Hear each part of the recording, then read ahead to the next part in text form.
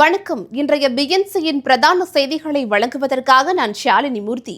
விரிவான செய்திகளை பார்ப்பதற்கு முன்னதாக தலைப்புச் செய்திகளை பார்க்கலாம்.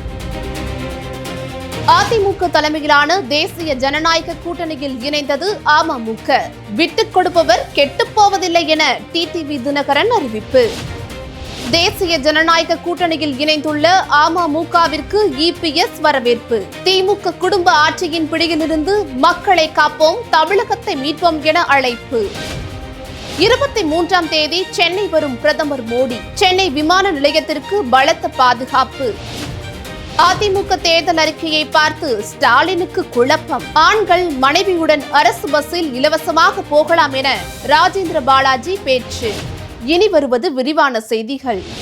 அதிமுக தலைமையிலான தேசிய ஜனநாயக கூட்டணியில் இணைந்துள்ளது டிடிவி தினகரனின் அம்மா மக்கள் முன்னேற்ற கழகம்.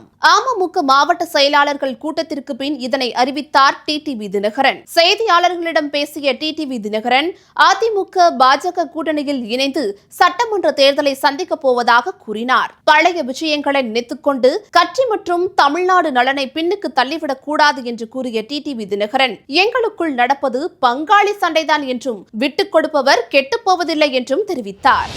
தேசிய ஜனநாயக கூட்டணியில் இணைந்துள்ள அம்மா மக்கள் முன்னேற்ற கழகத்தின் பொதுச் செயலாளர் டிடிவி தினகரனை வரவேற்றுள்ள அதிமுக பொதுச் செயலாளர் எடப்பாடி கே பழனிசாமி வாழ்த்து கூறியுள்ளார். தனது எக்ஸ் வலைதள பக்கத்தில் பதிவிட்டுள்ள புரட்சித் தமிழர் எடப்பாடியார், மக்கள் நலன் ஒன்றே குறிக்கோளாக கொண்டு நாம் அனைவரும் ஒன்றாக இணைந்து திமுக குடும்ப ஆட்சியின் பிடியிலிருந்து மக்களை காப்போம், தமிழகத்தை மீட்போம் என்று குறிப்பிட்டுள்ளார்.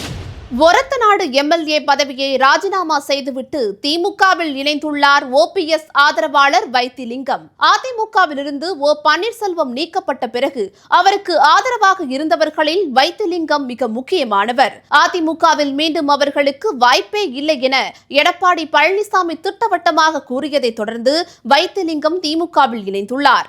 ஏற்கனவே ஓபிஎஸ் அணியில் இருந்த மனோஜ் பாண்டியன் அண்மையில் தன்னை திமுகவில் இணைத்துக் கொண்ட நிலையில் வைத்திலிங்கமும் திமுகவில் ஐக்கியமாகியுள்ளார். முன்னாள் எம்எல்ஏ ஜேசிடி பிரபாகர் சமீபத்தில் தாவிகாவில் இணைந்தார். ஓ பன்னீர்செல்வத்தை நம்பி சென்றவர்கள் பலரும் வேறு வேறு கட்சியில் ஐக்கியமானதால் அவரது கூடாரம் மொத்தமாக காலியாகியுள்ளது.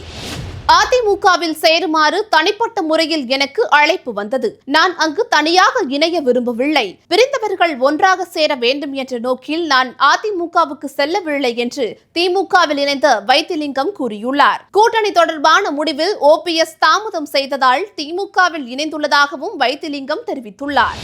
பிரதமர் நரேந்திர மோடி சென்னை வருகையை ஒட்டி டெல்லியிலிருந்து சிறப்பு பாதுகாப்பு படை குழுவினர் ஏஐஜி அமித்சந்த் யாதவ் தலைமையில் சென்னை விமான நிலையத்திற்கு வந்து ஆய்வுகளை மேற்கொண்டனர். சென்னை விமான நிலையத்தில் ஏற்கனவே 5 அடுக்கு பாதுகாப்பு போடப்பட்டுள்ள நிலையில் தற்போது வரும் 23ஆம் தேதி வரை கூடுதல் பாதுகாப்பு போடப்பட்டு சென்னை விமான நிலையம் முழு பாதுகாப்பு வளையத்திற்கு கொண்டுவரப்பட்டுள்ளது. மேலும் இந்த சிறப்பு பாதுகாப்பு படை குழுவினர் மதுராந்தகத்திற்கு சென்று பிரதமர் மோடி கலந்து கொள்ளும் நிகழ்ச்சி மேடை, ஹெலிகாப்டர் வந்து இறங்கும் இடம் உள்ளிட்ட அனைத்து இடங்களையும் ஆய்வு மேற்கொண்டனர்.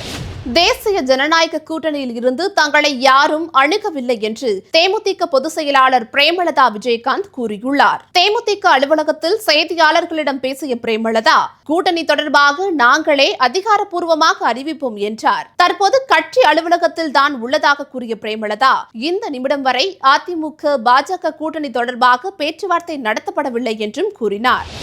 பணி நிரந்தரம் உள்ளிட்ட பல்வேறு கோரிக்கைகளை வலியுறுத்தி பகுதி நேர ஆசிரியர்கள் கடந்த 14 நாட்களாக தொடர் போராட்டத்தில் ஈடுபட்டனர். நுங்கம்பாக்கம் பள்ளி கல்வித்துறை அலுவலகத்தை முற்றுகையிட்டு யோகாசனங்களை செய்து போராட்டத்தில் ஈடுபட்ட பகுதி நேர ஆசிரியர்களை போலீசார் கைது செய்தனர்.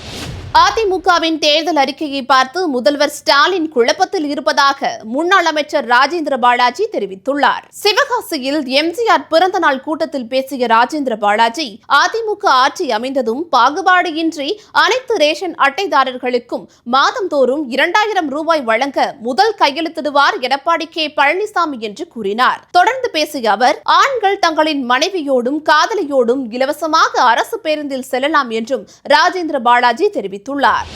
முருகப்பெருமானின் 3ஆம் படை வீடான பழனி முருகன் கோவிலில் தைப்பூச திருவிழா வரும் 26ஆம் தேதி பழனி பெரியநாயகி அம்மன் கோவிலில் கொடியேற்றத்துடன் தொடங்குகிறது. தைப்பூச திருவிழாவையொட்டி தினமும் காலை தங்க பல்லக்கில் முத்து குமாரசுவாமி வீதி உலா நடைபெறும். விழாவின் 6ஆம் நாளான 31ஆம் தேதி இரவு 7 மணிக்கு முத்து குமாரசுவாமி வள்ளி தெய்வானை திருக்கல்யாணமும், இரவு 9 மணிக்கு வெள்ளி ரதத்தில் மணக்கோலத்தில் சுவாமி வீதி உலாவும் நடக்கிறது. பிப்ரவரி 1ஆம் தேதி ஞாயிற்றுக்கிழமை தைப்பூசம் அன்று மாலை 4 மணிக்கு திருத்தேரோட்டம் நடைபெறுகிறது.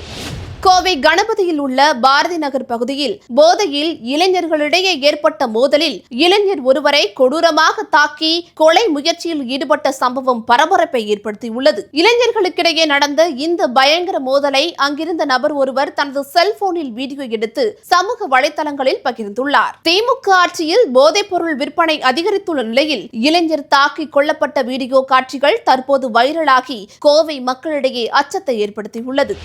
இத்துடன் செய்திகள் நிறைவடைகின்றன. அண்மை செய்திகளை உடனுக்குடன் தெரிந்து கொள்ள எப்பொழுதும் BNC டைம்ஸ் சேனலுடன் இணைந்திருங்கள். நன்றி.